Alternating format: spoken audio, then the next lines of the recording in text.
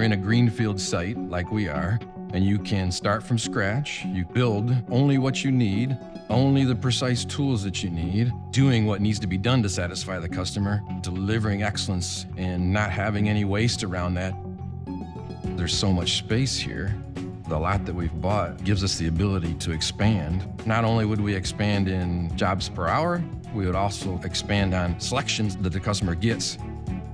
We got to build the factory exactly how we wanted it, exactly what delivers to the customer, exactly the investment required to do that, and exactly the value that we deliver to the corporation. That greenfield strategy is the way to do that.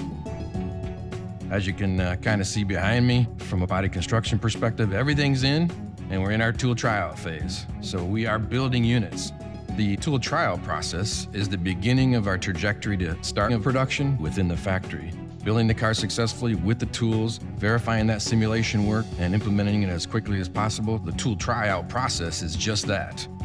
As we go into release candidate, as we go to starting of production, we're on a continual climb to more production, higher quality, and always confirming that for every car that we build.